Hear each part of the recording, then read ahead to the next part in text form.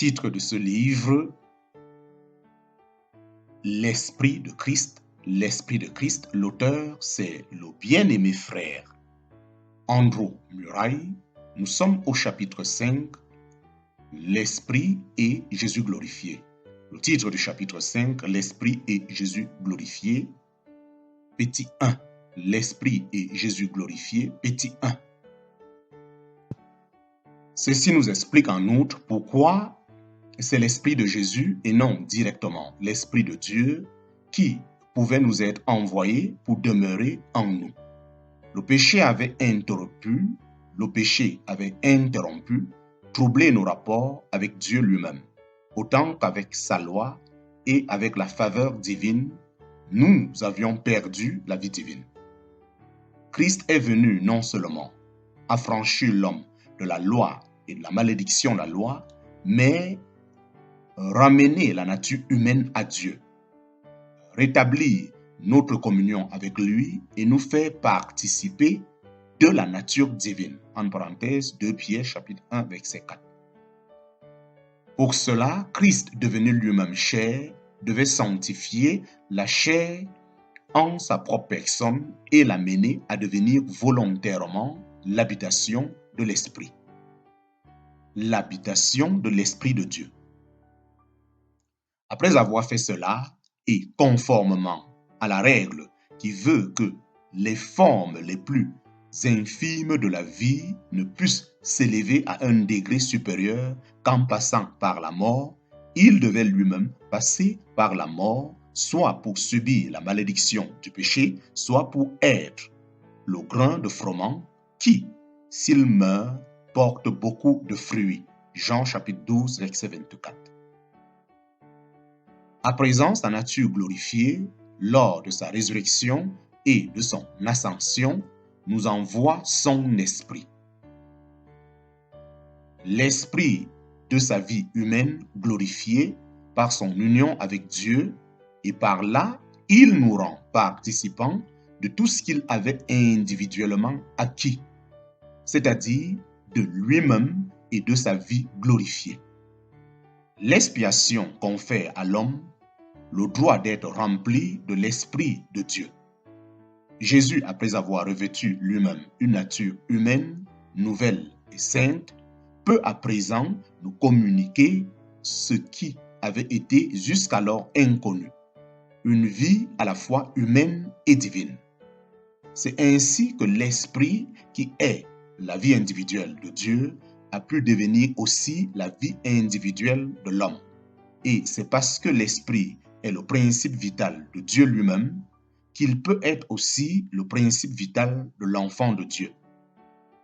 L'Esprit du Fils de Dieu est ainsi en nous l'Esprit qui crie « Abba Père ». C'est de cet esprit-là qu'il est parfaitement vrai de dire « Le Saint-Esprit n'était pas encore », parce que Jésus n'était pas encore glorifié. Mais à présent, Dieu soit loué, Jésus a été glorifié. La glorification de Jésus et l'effusion de son esprit sont intimement, inséparablement liées l'une à l'autre.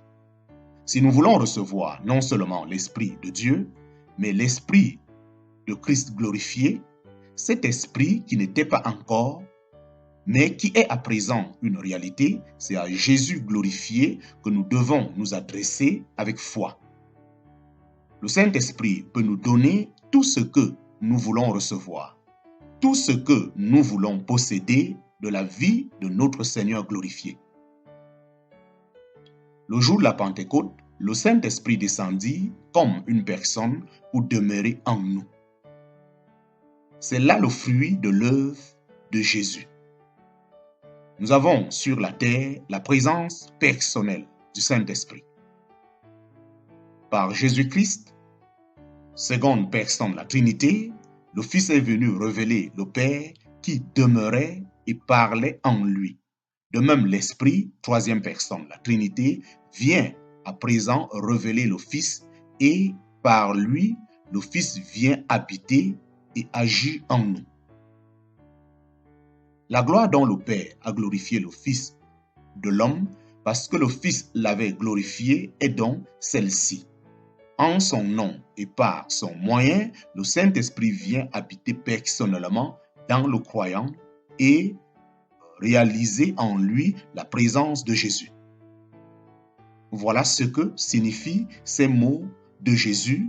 Celui qui croit en moi n'aura jamais soif, mais des fleuves d'eau vive couleront de lui.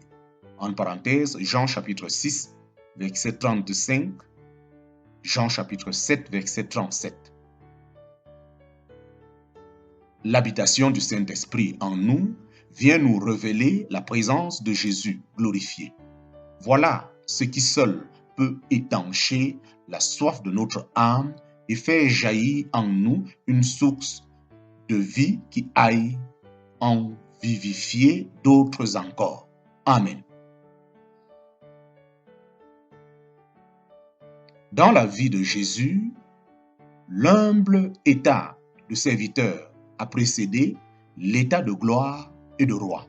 Ce fut sa fidélité à remplir ce premier office qui le conduisit à la gloire. Que tout croyant désireux de partager la gloire de Christ commence par suivre son exemple, qu'il renonce à soi-même et l'Esprit viendra au moment voulu révéler en lui la gloire divine. La gloire de Christ fut le fruit de sa mort sur la croix.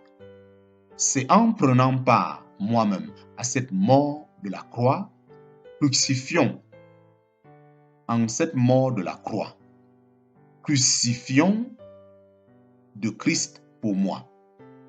Crucifions de Christ pour moi et crucifions de moi avec Christ, que je serai préparé à recevoir l'Esprit chargé de me révéler le Christ glorifié.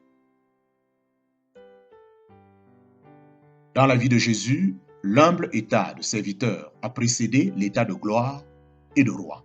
Ce fut sa fidélité à remplir ce premier office qui le conduisit à la gloire. Que tout croyant désireux de partager la gloire de Christ commence par suivre son exemple, qu'il renonce à soi-même et l'Esprit viendra au moment voulu révéler en lui la gloire divine. La gloire de Christ fut le fruit de sa mort sur la croix. C'est en prenant part moi-même à cette mort de la croix, crucifions de Christ pour moi et crucifions de mon moi avec Christ, que je serai préparé à recevoir l'Esprit chargé de me révéler le Christ glorifié. Fin du chapitre 5.